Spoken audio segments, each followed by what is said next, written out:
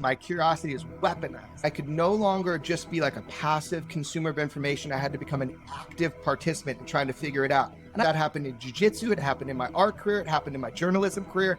It just became a point where my curiosity for the truth or for a technique or for whatever field I'm in, if it flips a switch, I become obsessed and I need to learn, what is this magic that I'm seeing?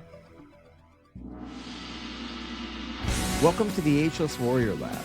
I'm BJJ Black Belt and Dirty Dozen member Dave Meyer, here to draw wisdom from Brazilian Jiu-Jitsu and the martial arts and explore how it applies to success in business, relationships, your long-term health, and making the most out of your life.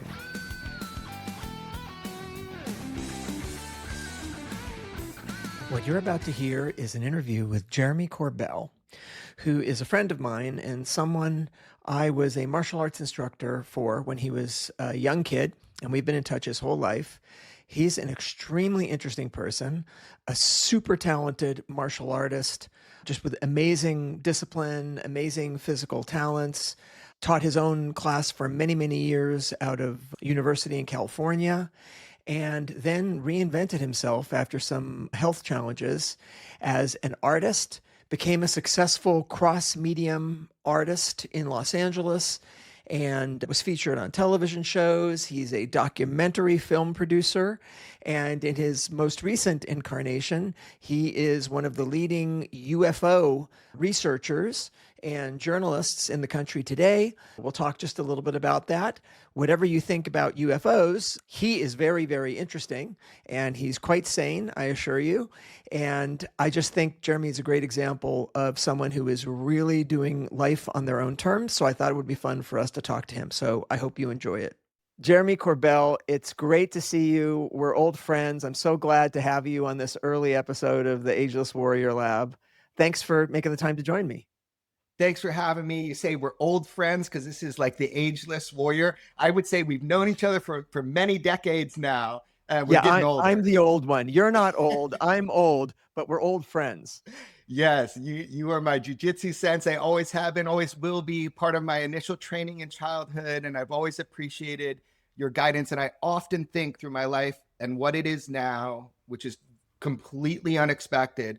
There are things that you taught me along the way that have molded and shaped the way that I interact with decision-making process still to this day. And it's pretty amazing to see that in myself, knowing you and learning from you to this day influences in a positive way. It impacts my choices. So I want to thank you for that broadly. Thank you for teaching me and putting up with me as a kid. Well, that warms my heart. And of course, as we're going to talk about our relationship together and the lessons that you've learned both from me and just as you've gone along and how that's impacted your living a very unique life you've chosen for yourself. But I would say that martial arts instructors, when they're dealing with young people, they are at a position where they can very positively, and as you know, sometimes negatively, impact people's lives. It's a very formative time. And the position of being a martial arts instructor, that position of authority, used wisely, can be something that really, really sets people on a life path that's really good for them. So I'm glad that that's what you were able to draw from the experiences we had together. Yeah. I mean, some teachers throughout my life have said to me, you either learn what to do or you learn what not to do from your mentors and your teachers. And that's always truly the case. Nobody's perfect, or as our common friend, one of my other senseis, Stephen Copping, used to say, nobody's perfect, right? And nobody is perfect. But yeah, I learned so much in those formative years to the point where I'm grateful that I had that experience as an out of control kid. I think martial arts saved my life. So people who know you for your work with UFOs. Yeah, UAP, UFOs, strange things, primarily UFOs, yeah. And you're very well known on that. In fact, for all your journalism and your research, and you're pushing against authority to just get the truth out. But I just want to say how impressed I am with that work, because I get something in my news feed from BBC this a few weeks ago, and it's testimony happening in Congress, and I watched some video and there's somebody testifying and you're right behind him. I know you're the reason he got there, and like, that's my buddy Jeremy. How cool is that? We'll talk about what you're working on these days, but let's talk about your martial arts past. Anything you want to share about how you got into it, when we met, what that meant to you? I'd love to give our listeners a little bit of a background of what our relationship is. Yeah, I've moved into these different phases of my life, and it's a pretty funny story because I remember my older brother came home one day, and I was a tough, scrappy, little tiny kid who would always throw a punch before even thinking. And I thought I was pretty tough. I mean, I was a child, just a child. But my older brother came home, and I pushed him or something, and he grabbed me, threw me on the ground. I don't remember what happened. My legs were in the air, and boom! It was one of the first times I truly got the wind knocked out of me, where I couldn't take a breath. And my reaction was, I was absolutely fundamentally impressed. I was like, what in the hell did you just do? And he's like, jujitsu. And I was like, oh my God. So I was like hooked, and he used to bring me in as a kid when they were just forming that club at the Harvard Westlake High School. Cause I think it was him and Rod Roddenberry that went to the bookshop and wrote down, we want a club, and Stephen Copping and all you guys descended upon that high school. And I just remember he was a pretty good brother, man. He would allow me to come with him starting on like Saturdays to go train. And I had always done stuff like my parents were always trying to get my energy out, jujitsu, judo, or whatever we called it back then, boxing, even at LA Boxing Gym. Like I do little things as a child, but when I got my ass kicked from my brother, he's all jujitsu, I was like, okay, I'm in. And then the next memory I have about that is just that it was like a way to get out the blind rage I would have as a kid. I don't know if I ever told you this, but I was out of control. I would taste metal in my mouth and just be like a psychopath. And so it was a way to channel that energy. And then luckily with you and Stephen Copping and Dick Trainer and all the guys that were there, Glenn, you guys took me under your wing and didn't punish me for my emotions. You were like, channel it, channel it, channel it. So that's kind of the broad spectrum of how I remember getting involved. I remember one Stephen Copping getting all mad because I actually skipped school, took a bus, and would go train at the class at this high school I didn't even go to. And he's like, aren't you supposed to be in school? And then would just laugh, So that's my memory of how I started martial arts. It really gave me an anchor, a point of focus, a channel. You could divide the world into two types of people. People who get their butt kicked and say, that was horrible, I never want to have that happen again. And people who get their butt kicked and say, that was cool, I want to do that. Yeah. Right. Yeah. And you and I both, and I'm sure a lot of our listeners are in the second group there. You mentioned Stephen Copping, just to give some context to our listeners. I was teaching jujitsu out of Steven Seagal's dojo at this time. I would have been in the 1980s down in Los Angeles. And through George Kirby, who was another well-known jujitsu instructor at the time and a student of my original instructor as a child, Jack Secchi, I knew George Kirby and I went down to train with him. And that's when I met this guy named Steve Copping, who was a black belt under him, who had done kickboxing, lived in Germany, great, great, great fighter. And I just immediately bonded with him because we were just similar age, maybe similar size. He was a fighter, I was a fighter, and we just became friends and training partners. And I believe it was he who pitched to start this club at Harvard High School. And that's where you trained, and that's where your brother trained. So Steve was the head instructor there.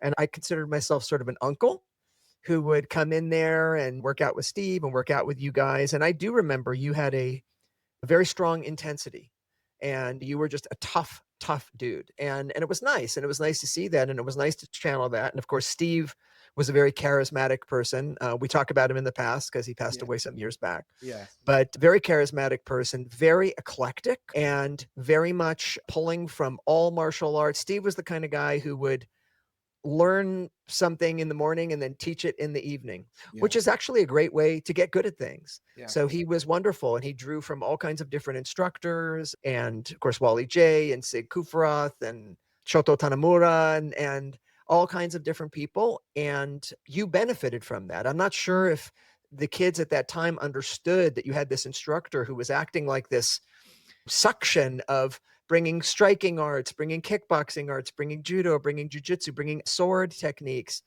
yoga, call it quantum jujitsu. Yeah, that was later and opened up a school. I was taking these quantum physics classes and I was new to college and I got a free dojo. I feel so lucky. At the time, there was no mixed martial arts like we know it now. So you had to, what they called cross train. I remember like going to LA Boxing and having to hide that I did jujitsu. But Stephen Copping and the dojo bringing you and all these instructors in, we were living in this world that predated what we know now as MMA. we were integrating all these things. I remember even Frank Shamrock, we were reminiscing the other day, and he was like, oh yeah, I went there and trained sometimes. And I was like, what are you talking about? I was there. And then I started to remember, and he told me who he came with. It was a nexus point, and we were learning things in a way that wasn't usually okay in traditional martial arts at that time. I have this vague memory of you telling me about Brazilian jiu-jitsu and this ground stuff. And I was like, what are you talking about? And then you were showing techniques, and it just immediately was cool to me. People have to understand it wasn't like it is now, where you see it all on TV. You got all these instructionals. I think you came out with one of the first video instructionals I ever saw in jiu-jitsu. Yep. So we were pre-internet in a world where it wasn't as cool to mix all these things. And we were figuring it out. And I luckily had all you guys who were also studying all these things and coming in and bringing it to the youth. It was neat, man. There was a very much stay in your lane attitude back then, and their instructors would not let you train with other instructors. When it comes down to it, it's about ego, and it's about protecting your ego. And people get good at something and they only want to be exposed to what they're good at. I think with both Steve and myself, our goal was to, in the physical sense, just be the best fighters we could Right. be. And if that meant cross training and doing what we used to call kumite, which is let's put the gloves on, let's punch, let's kick, let's take down. It would be recognized as a light form of MMA today. And also one thing about that school and Steve, and it was always part of my training as well, was to be the best person that you could be Right. and to embrace meditation, things like that. Maybe a more spiritual aspect, but it's certainly at that time in my life, and this was just at the beginning of my Brazilian Jiu-Jitsu stuff, I was very into that. And I think that was a really great thing to expose you all to. So it wasn't just about fighting what we were teaching. Yeah, and I think it's important to highlight, a lot of people are jumping into martial athletics now, and it is a different world. When I was studying at that early age as a child with you guys, you always taught me to study what you called the martial arts and the healing arts. And so in our school, that incorporated a style of massage that came out of the martial arts, as well as integrating what we called warrior yoga, which is like yoga for athletes. And that was something that I got really into because it kept me fit, it kept me strong, kept my balance good. But it also integrated a way to look at the world where it wasn't like, I'm just going in and learning how to break someone's arm or choke them out. You're learning a way of life that could serve you, your empathy, true power is sensitivity, you guys always taught me. And it's like, it's easy to break something. It's harder to emotions to not break it. Yeah. So all of that played a huge role in our school back in the day. And for me as a child, it really was different. Yes. So in Japanese, that's called Seifuku Jitsu, the restorative arts.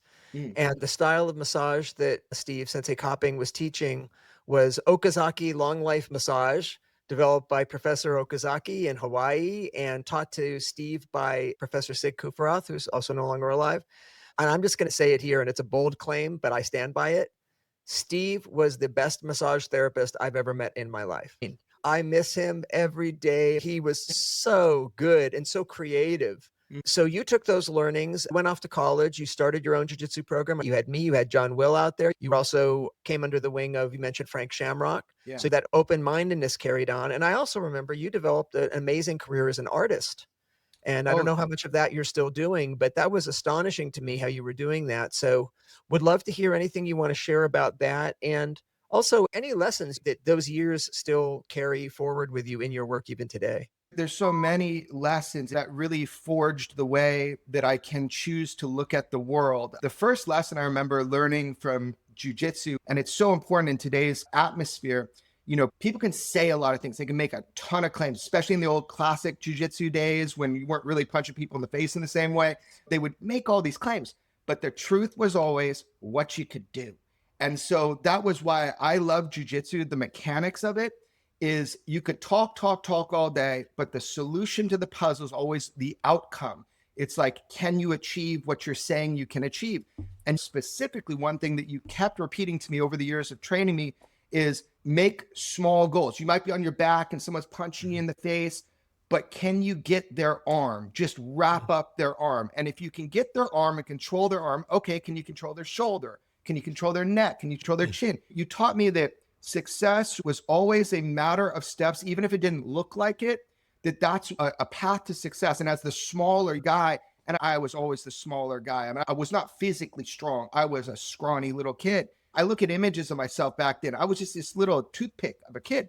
So being able to apply the mechanics and think it through and repeat something, and then to finally have a success with that, like, an arm bar, choke out, something like that. I'm Yeah. like, oh my God, there is a path to success if you can be smart about it and train your mind and body to perform that way. So that was like the biggest lesson for me, is that success is a matter of small steps towards a vision or a goal. You might not even know where you're driving, but you're not going in reverse. I think that that's a really important life lesson. I use it all the time and still talk about it as well. That was something I learned from Brazilian Jiu-Jitsu and very much also through John Will. He talks about 5% improvements. Can you make a 5% improvement? Can you make another 5% improvement? People tend to swing for the fences, and that doesn't get them what they want.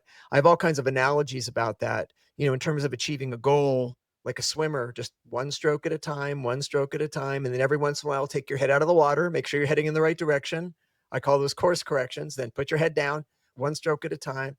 Achieving something great is a series of quite average things that add up to something great.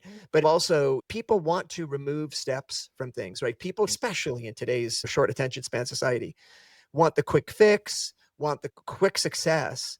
And when that can happen, that's really great. But generally speaking, important and especially complicated and difficult things require a series of very methodical steps to get there. I liken it to, if you have to cross a stream, you're going to look for the place where there's a lot of stones very close together. So you can make very cautious steps. And if a stone is wiggling, you can back off. If you try to cross a stream where there's only a couple stones, you're going to make some giant leaps. Chances are you're going to end up falling in the water. So it's counterintuitive because you think, oh, I want as few steps as possible to my goal. But in actual fact, you want to put more steps in, right? So then you have more chances to make incremental gains and seeing that you're moving forward. Maybe step back a little bit and reset if you have to. And like a ratchet wrench, you'll go forward, but you can't click backward.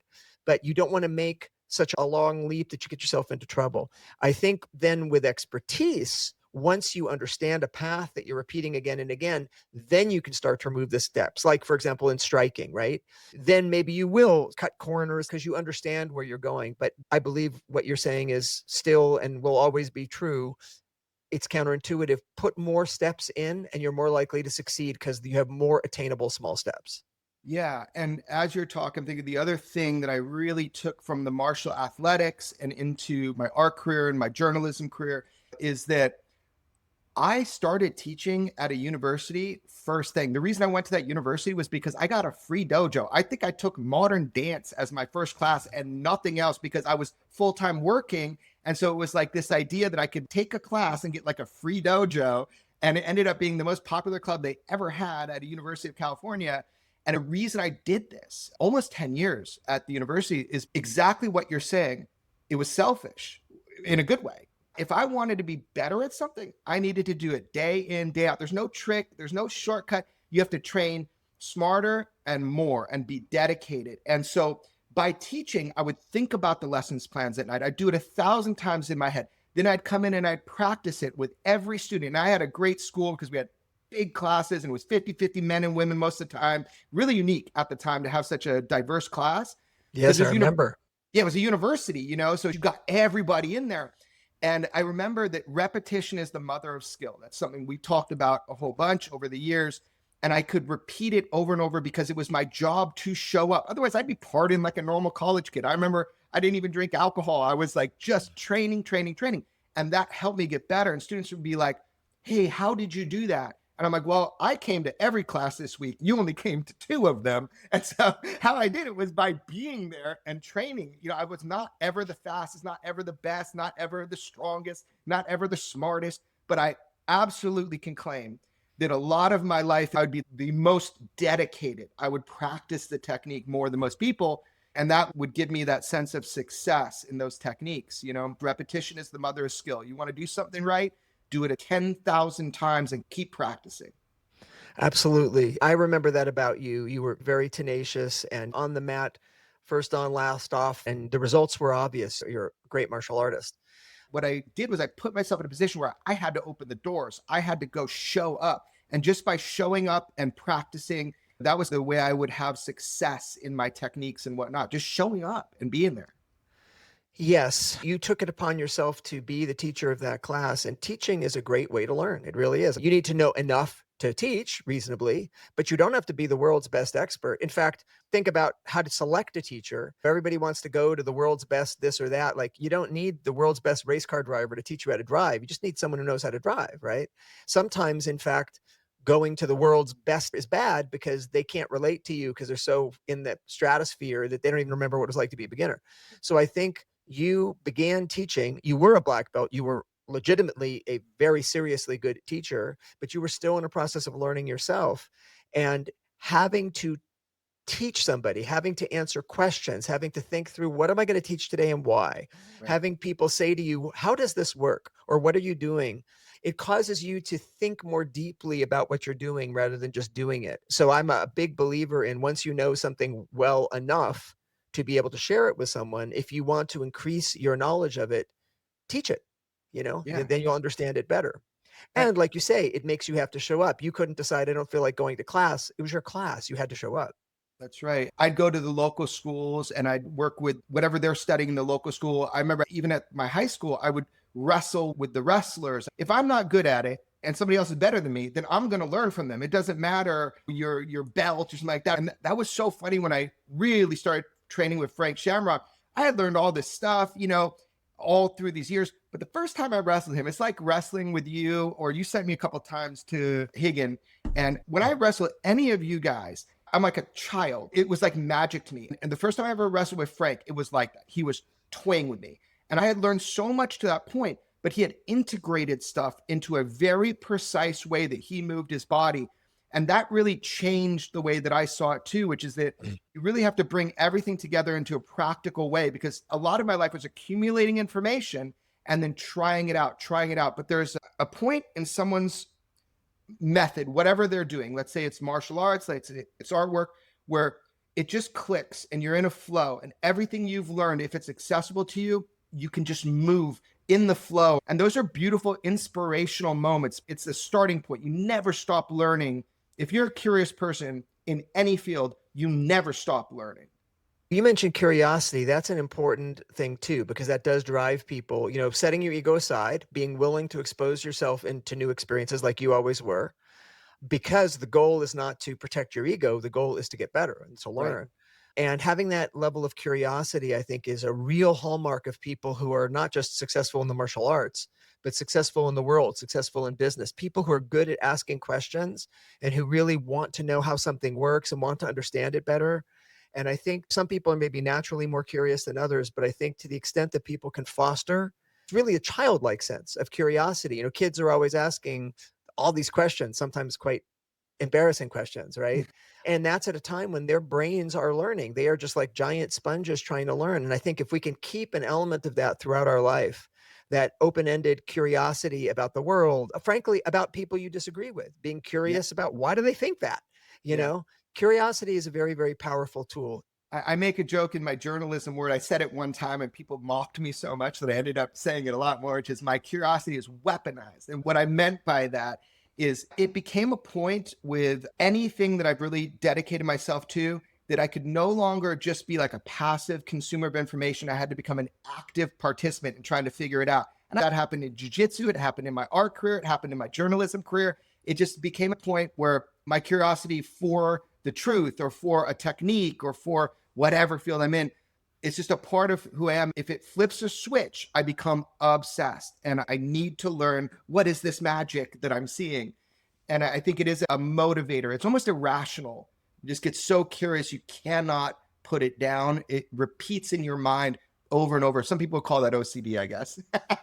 Yes, there's an obsessiveness, but that does drive people forward. When you get obsessed with something, you are Right. definitely going to go deep, so long as that obsession doesn't completely upend your life. So if you had to distill your life's purpose into one sentence, so I know I'm putting you on the spot here, what would you say? Yeah, I mean, for me, that's an easy answer because this is something that I've functionally experienced in my life.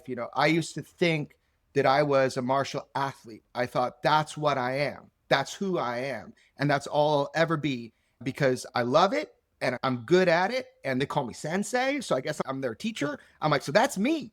And oh boy, was I wrong. Like when all of that got ripped away from me, I had a horrible illness. People have valley fever, if anybody's heard about it, but it got me really bad. It was in my bloodstream. And I didn't even tell the majority of my students. I gave away my schools. I was just like, go with it, because I physically couldn't do jujitsu anymore at that time. It was about a year and a half of my life where I didn't have the physical ability to do much but walk around the block. So I realized, well, if I'm not that, then what am I? Who am I? So when you're talking about life purpose, for me, my life purpose is to rip away, smash away, break away all the things that are not me, that are causing me fear, that are causing me anxiety, that are limiting my movements or my ability to be there in the world, present with other people with unconditional love. And there's a lot of that in everybody. Everybody's got that. And I know everybody's going to have a different kind of purpose in their life, but it's not the thing you're doing. It's the way you're doing something. And that was the biggest revelation for me, is that I am not the things that I do. You know, I'm not just the things that I do. The things that I do are a kind of wave of what it is that I am. And so finding out what you're made of, I think, is the first part. Am I a fearful person? Am I a selfish person? Everybody has elements of these. And some of them are good. Like you do want to be like selfish about staying alive, for example. You know, it's like there are some benefits Sure. to the human ego. Of But course. what I'm trying to say is that I learned, I would say pretty early on in my life, that if I can continue to take away the things that don't serve me and improve myself, that I'm going to be able to be of use and of help to other people more. There's this old thing you used to say to me, you can't use what's overflowing in your cup, right? Like give that away. You can't contain it, but you also can't give something you don't have. And so you have to make sure that you have an abundance of something in order to give it. So part of my life journey is to be strong, is to be healthy, is to be loving, to have more than I need so I can give what I don't need. But more importantly, to encourage other people. Everybody's path is going to be different. What works for me is not going to work for you. You taught me that a long time ago in martial arts. Everybody's got their own path. Of course. But you can always share what worked for you. So that would be my takeaway from so far these years I've lived on the earth, is that, man, doubt, worry, and fear, get rid of them as fast as you can so that you can figure out who you're supposed to be. It's interesting that as an incredibly athletically talented and fit young man, that you had that experience where it had to shake who you thought you were, because in that period of time, you weren't an incredibly physically talented and fit young Right. man. And yet you were still alive. You still had the essence of you. One of the first podcasts I did was about what I called the alchemy of outcomes, how you can take an objectively bad experience and write another chapter and turn it into something that's good. And it sounds to me like that is exactly what you did.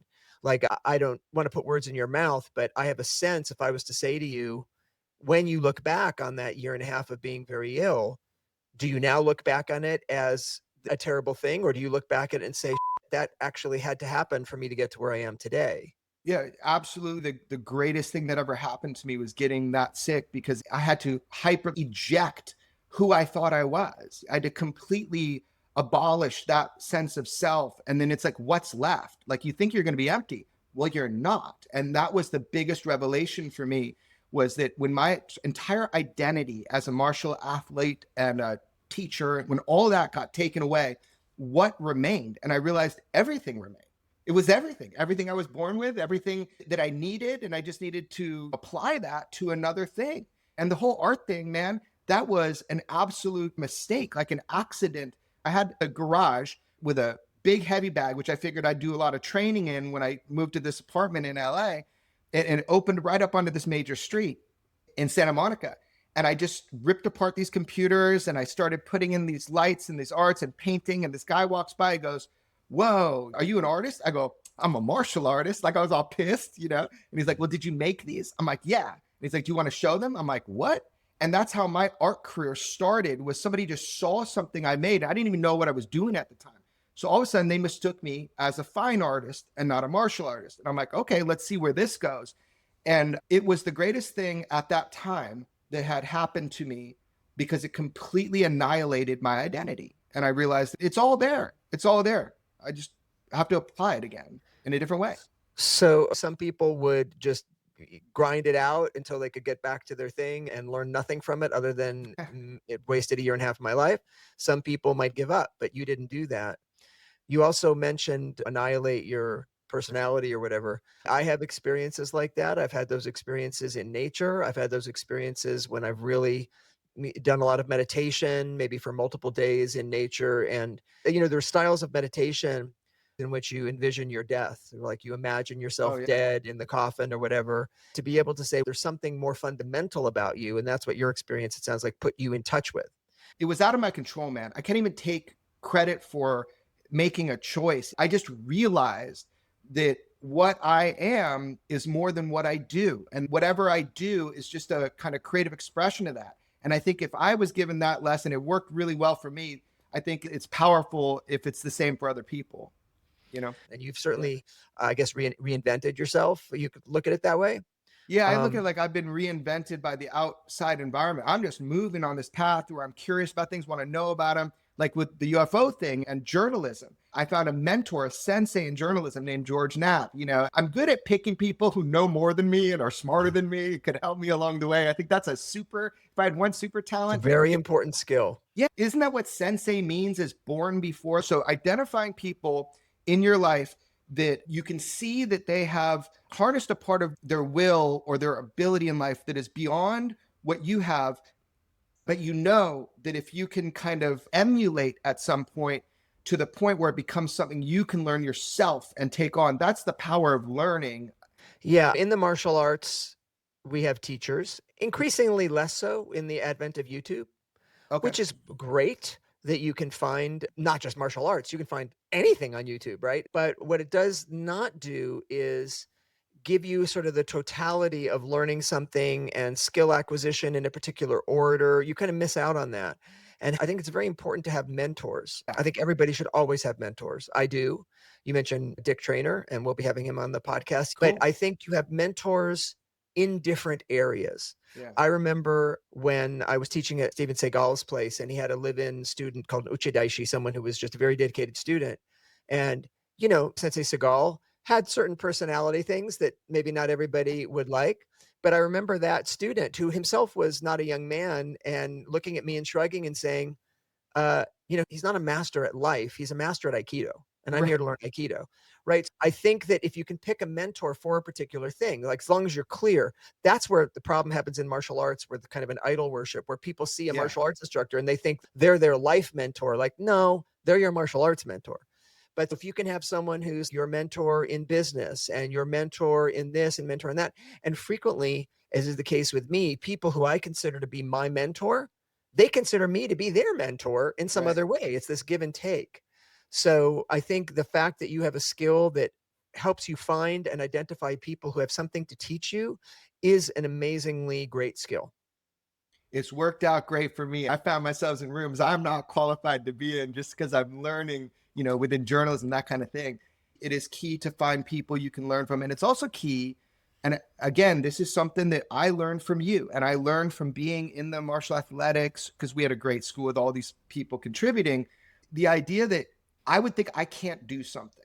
And that was a limiting factor in my own mind, right? But you guys always taught me take it step by step, a little bit by little bit. The big goal is going to be hard, but find the achievable step and just take it step by step. And that is something like I am the most patient journalist that I've ever met. Journalists are not usually patient, right? But it's like even my mentor is not patient when it comes to journalism. But I'm on what I call cosmic time.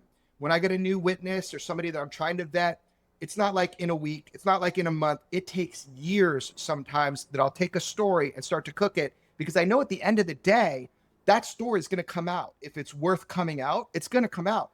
But taking that time, that cosmic time, really saying, I'm going to go deep and I'm going to let it slow cook has been something I learned from the martial athletics as well. I'm learning to bring it Hmm. into journalism. Yeah. So these days, people who encounter you out in the Yeah. internet world or whatever will encounter you because you're an authority on UFOs.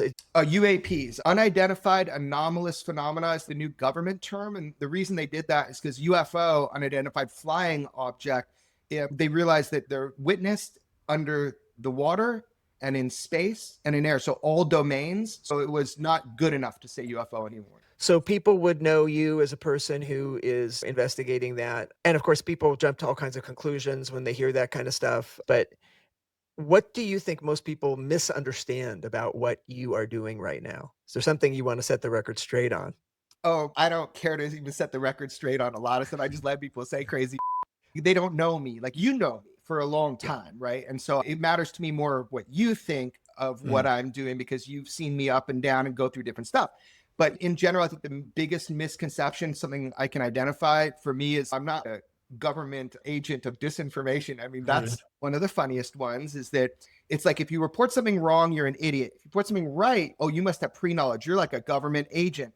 No, man, I'm just somebody trying to figure it out and I'm doing my best. And I've got a great mentor and I'm trying to report on it, kind of like how I did a martial arts school so I could learn martial arts better, right? Mhm.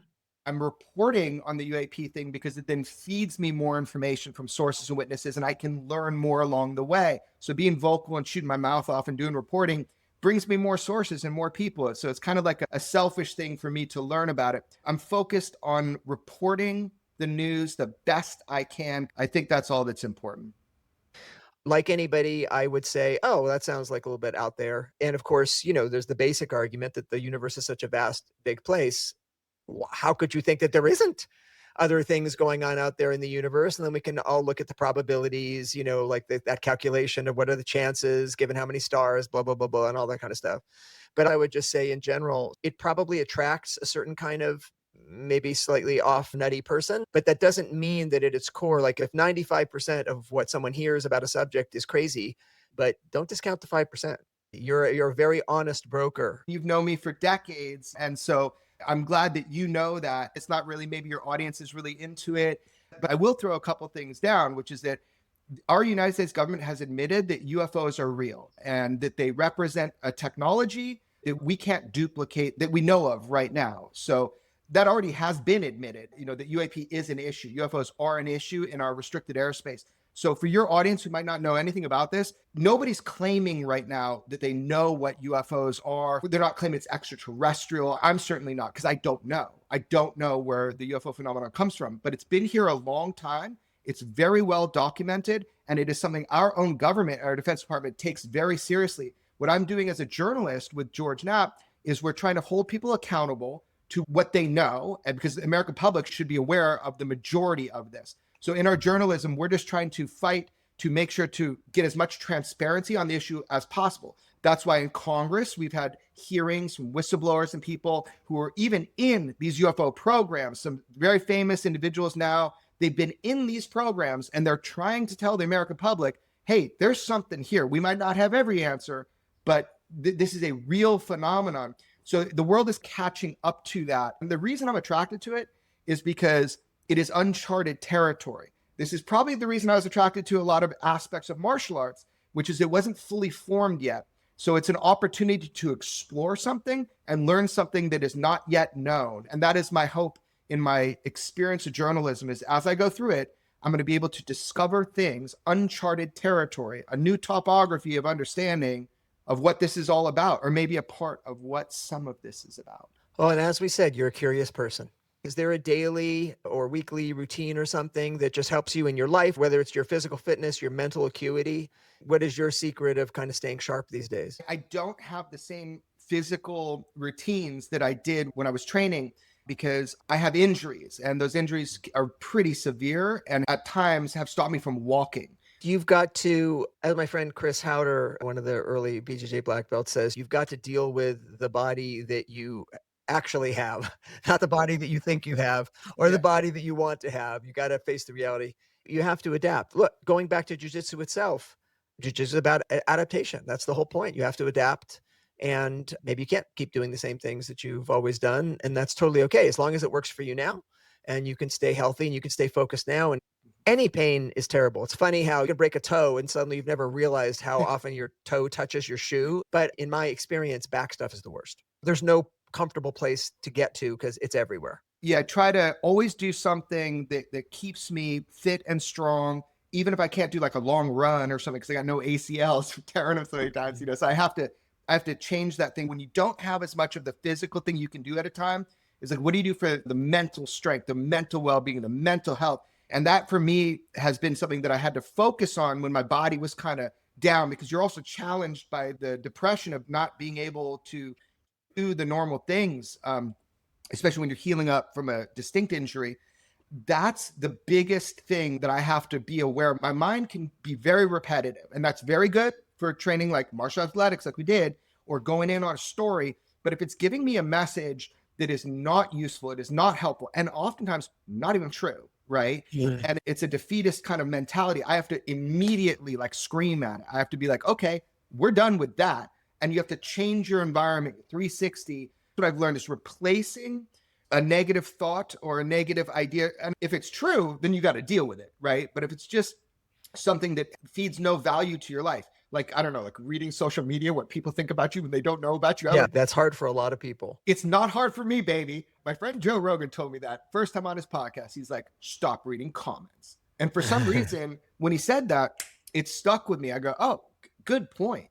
Now, over the years, there have been times when you go in, you take a look and you're like, holy I don't need to go in there, because praise and blame is all the same. Somebody likes you for your work. That's nice. Somebody dislikes you for your work. Okay. You can't have a reaction to either. If you're happy with what you're doing and those that you respect and love that really know you are also saying, hey, you're on a good path, then you can trust their advice. So over these years, I have learned that I need to replace certain mental repetitions with other ones. And that's been very, very helpful for me, is when I can identify, those things that are untrue or unhelpful. And I try to do that. The point you're making about it's hard to stop something, it's easier to like just replace it. Right. That is very true. And that's just the way our minds work. Like if you say to someone, don't eat this unhealthy food, that's not too helpful. You can say, well, eat this as a snack instead. Eat grapes at night or something like that instead of ice cream, or whatever it is.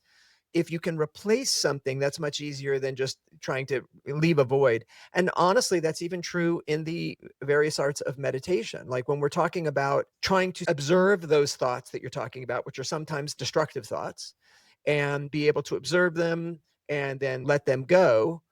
I think people sometimes misunderstand meditation isn't about letting thoughts go and then you're left in a void. No. You're focusing on your breath or a mantra, a word you're repeating in your head. You're not just trying to say, thoughts go away and leave me in this empty void, because the mind won't exist in an empty void. You need to replace it with focus on your breath, focus on your breath, focus on your breath. That's in its own way a thought too, or it's an intention. So I think that's just a natural thing. And I think you're clever for recognizing that when it comes to something that's bad, it's not about stopping it as much as it's about give yourself something instead of that. So let's clear some things up. What people don't know, my daily job is that I manage my properties. That was something I learned from jiu-jitsu when I accumulated my nest egg of what I can do. I bought my first apartment complex. So my daily job is often repairs. I saw you had Dan Millman, the guy that wrote all the books, which I read, The Way of the Peaceful Warrior back in the day. He was great, by the way. I listened to your interview with him, and it sounds like you're friends. We are friends. That's so cool, because I think you probably gave me that book, You and Steve Copping, but very possibly. Yeah, I think you did. And what something that he said in that podcast was, and something that I've really adopted in my life, the way you do anything is the way you do everything. It is the most jiu-jitsu satisfying thing to have a broken sink and know how to fix it, because there are steps to take to diagnose it, and you just go through the steps. And then the way you do anything is the way you do everything. So I am fastidious when I work on home repairs and apartment repairs and that kind of thing. And I get so much pleasure out of that, because first of all, it's a solvable problem. Unlike UFOs or my mental stability, it's a solvable problem, right? And I can take these very specific steps, and it's like, I know, it's very rewarding. I think that's what I learned in jiu-jitsu. Jiu-jitsu is very rewarding to me, because it was actionable. You knew if you got it right, because you'd be either punched in the face or choked or arm barred, or you'd be doing that. And so same thing with everyday life. It's like whatever task I have, again, this might be just a little bit of OCD, but I hyper focus on it and I try to do it to the best of my ability. I also learned that from my dad back in the day, by the way, but that's something that served me well, is trying to do all the things in my life. If I'm going to do them, try to do them right, man. I learned something recently, and I'll share this with you because it was a life lesson for me. I'm always plugging leaks when it comes to journalism. I'm trying to figure out what's going on, who's talking.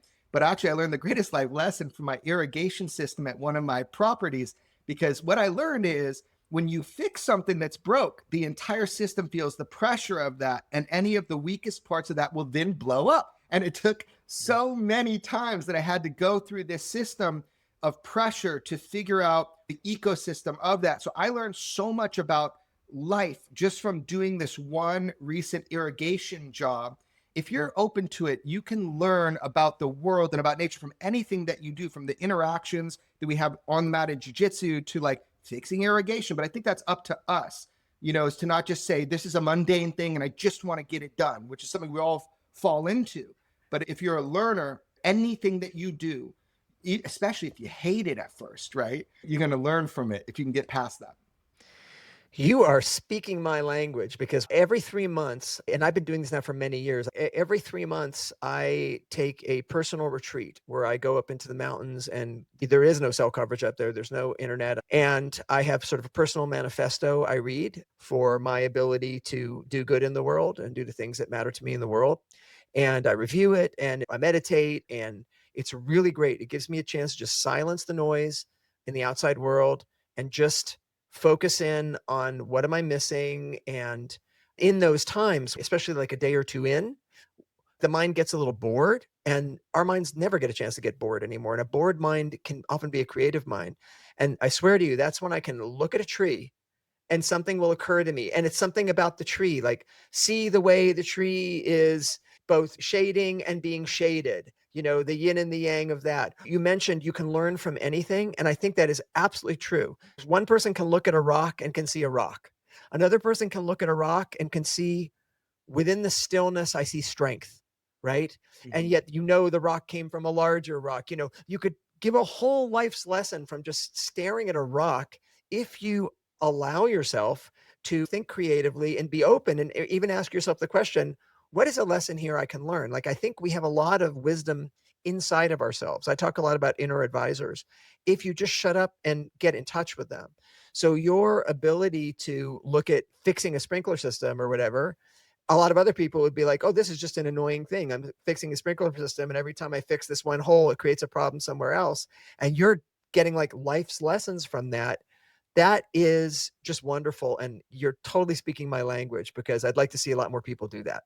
So I think if we do it ourselves, we try to really take the most out of life. I think that is the greatest way to teach something, is if you can just do it yourself.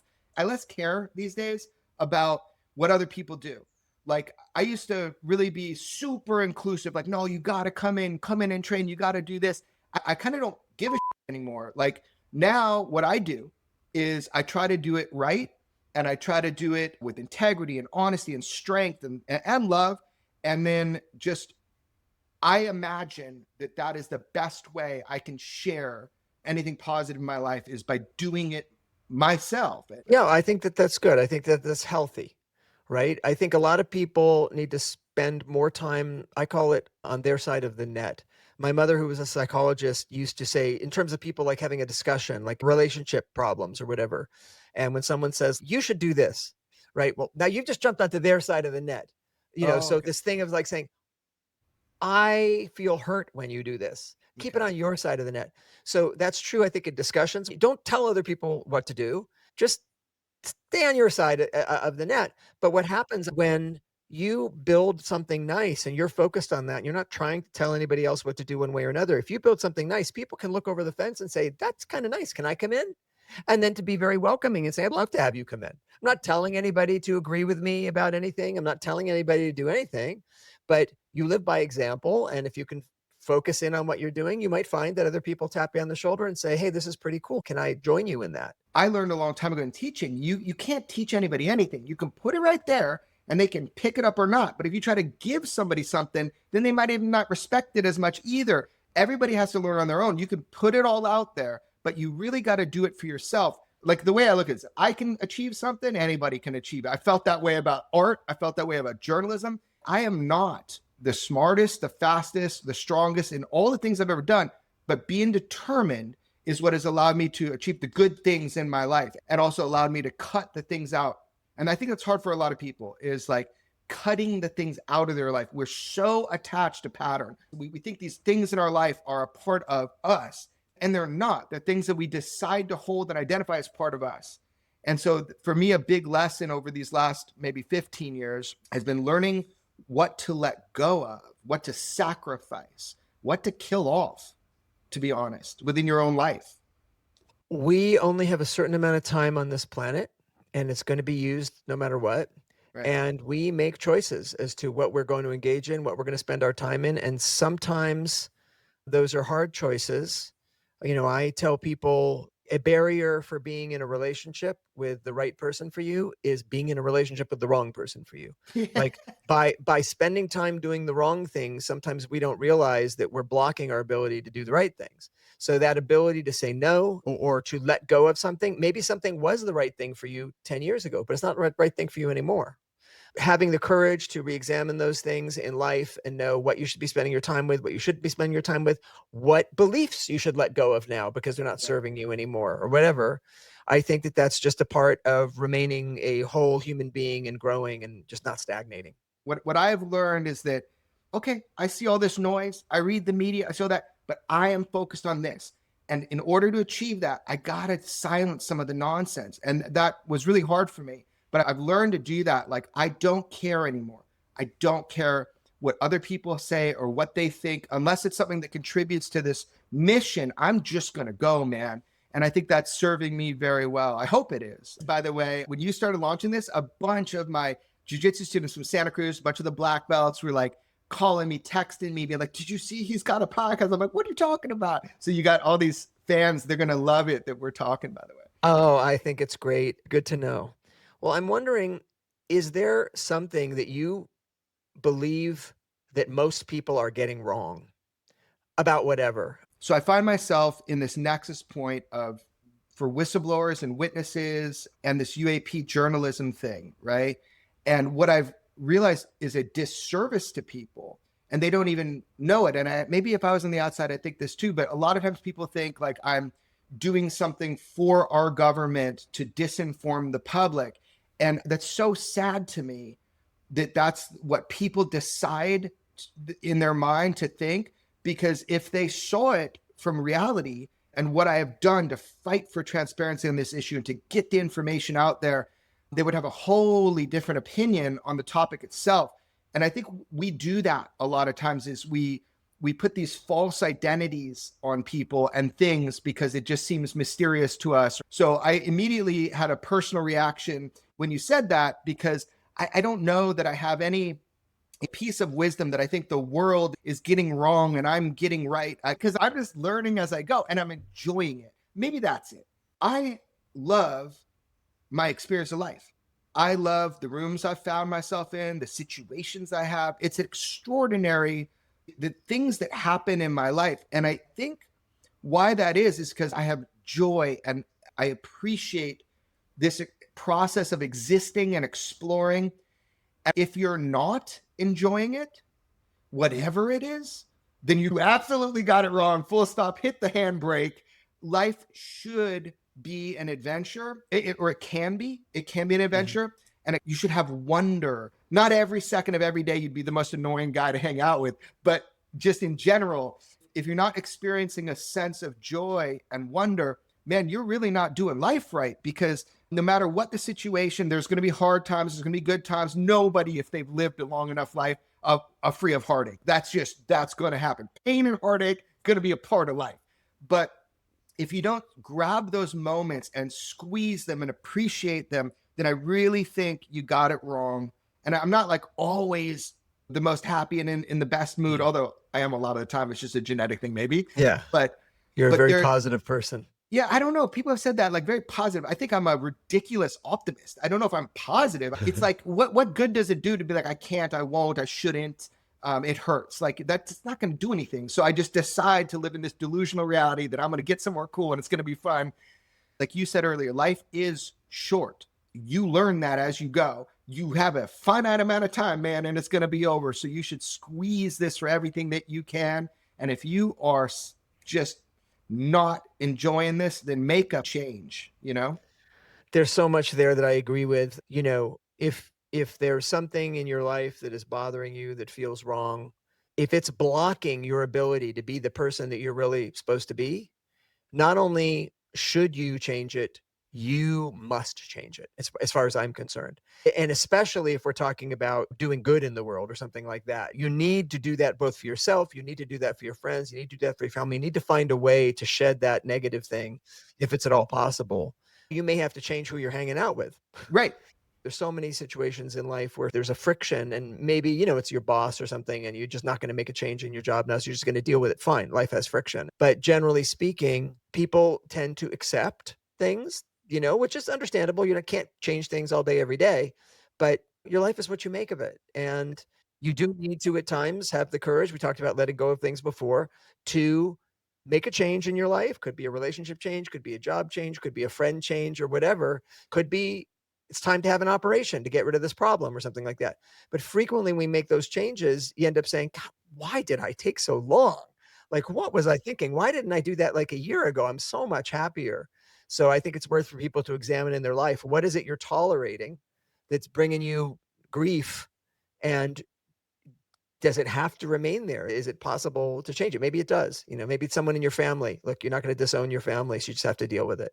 But also just your attitude. And very importantly, I think our way in the world is very much influenced by who we spend our time with. You're the average of the 5 people you surround yourself with.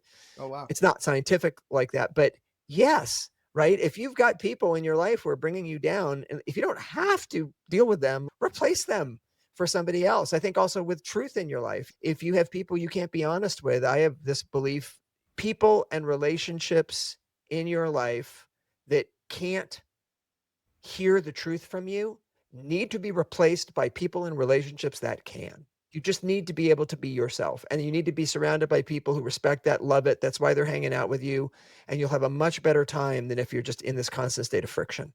Keeping people kind of close that challenge you and their opinions matter to you. Because a lot of the people that are close to me, they have very different views on things than I do. And I find that amazing because we still love each other. We're still friends, but we can have diametrically opposite points of view.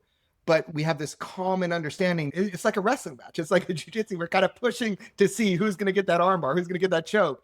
And I kind of like that. It's like challenging because they're positive influences, the people that are close to me in my life, especially when they don't agree with me, because they're people I love and we can get through that battle together, Yeah, I would make a definite distinction between surrounding yourself with people who add to your life is not the same thing as surrounding yourself with people who only necessarily ever always agree with you. If that's your joy in life is just being constantly agreed with, that's an ego thing. You just need to be validated all the time. Yeah. No, I think it's very important to remove the people who create serious friction in your life. But for people who push you or who challenge you, who have a different point of view, I think that's wonderful. That's how you grow. You don't want your 5 people to be people who all exactly believe what you believe, think what you think. I feel that one of the great benefits that martial arts has brought to my life is a diversity of people. I've taught around the world. I know people politically wildly different, religiously wildly different, ethnically wildly different. They're all good people. And I like having that diversity of people and thoughts and opinions and stuff in my life, so long as no one takes themselves too seriously. I guess one thing, if I had to answer my own question, I have a lot of things where I think the world is getting it wrong. People are getting it wrong. Oh, you do? Just have Yeah. my opinions. You had mentioned this before, like they think they know what you're about and they're getting it Yeah. wrong about you, Sad to right? me. Yeah. People tend to assign something onto other people, especially politically or whatever. People do this. They make a decision about the other person they think is their opposition, and then they've written them off. And I find that when you actually unpack that with people, they often don't understand what the other person really thinks. They're saying that person thinks this, and here's why they're wrong. But they didn't talk to that person and say, wait, do you actually think that? So I think if people stop projecting what they think other people believe and actually ask them, what do you actually believe about this? I think the world would be in a much better place. Don't reduce people to some soundbite about what you think they are. Or in your case, don't assume that you're some shill for the government or something that's absolutely untrue. And as you're talking, the other thing that's really striking me, if I'm not happy with my path, my life, my choices, then that's the problem. That's been very empowering, is to feel you're on the right path. But you always hear people like, well, I don't know my path. I don't know my thing. People have said that to me my whole life. Well, you've got a path. You have this sense that you know what you're doing. dude, what are you talking about? I don't know that that's true. I think that you find the path as you go. Yes, and this is something that I'm actually talking about in some episodes on this podcast about, are you achieving what you want in your life? Do you know what you want in your life? And for a lot of people, they don't, or they don't have a passion. Like they are envious of someone like myself and like you who clearly have a passion, and especially if you're able to follow that passion and make a living or at least enjoy it. For people who don't have that, it can be frustrating, and I understand that. They feel like they want to find their passion, and not everybody will have a passion. And most people do if they think about it, but it might not be something you can do for a living, but it might be something you can do in your spare time or still be part of your life, even if it's not like your main career. But some people, for whatever reason, we either know what we want to do or we discover what we want to do, and we're in a position in our life that we can actualize it. But for a lot of people, they're on a path, they got a job, they've got their relationship. It's not easy for them to reevaluate that. They're not super passionate about it. It's just kind of what they're doing. And that's a whole different discussion of how to evaluate, well, what do you care about? Take a step back and say, what do you care about? What would you like to be spending your time doing? Again, may not be able to be your paying job, but find your passion and move into that. But I think for some people, they don't have a clear path like that, which is totally fine. If they're happy, I'm happy. But if they feel like they're missing something and they wish they had a path, then there's a discussion to have. But it's not some magical thing. Frequently, the path is the way. You just need to be open to changing and experiencing, and then you discover things that are interesting to you and you follow them. And maybe you follow them for a while, and then maybe your interests change. I don't think there's one answer. And maybe it's about recognizing opportunities. Sometimes the greatest things just kind of come because we're observant and we see the opportunity. And for me, that's been a lot of it's been like an accidental turn. It's been accidental falling into something, but it has been absolutely focused, full on railroad blinder attention to get where I need to go step by step. So I think that's part of it too. You can accept these accidental moments as opportunities. And if you can see the opportunity, then you got to grab it and ride it and never fall off. I think you do need to be attentive. Sometimes life is giving you opportunities and you're not able to see them because you're not looking for them. I say you got to be open to the softballs life throws your way sometimes.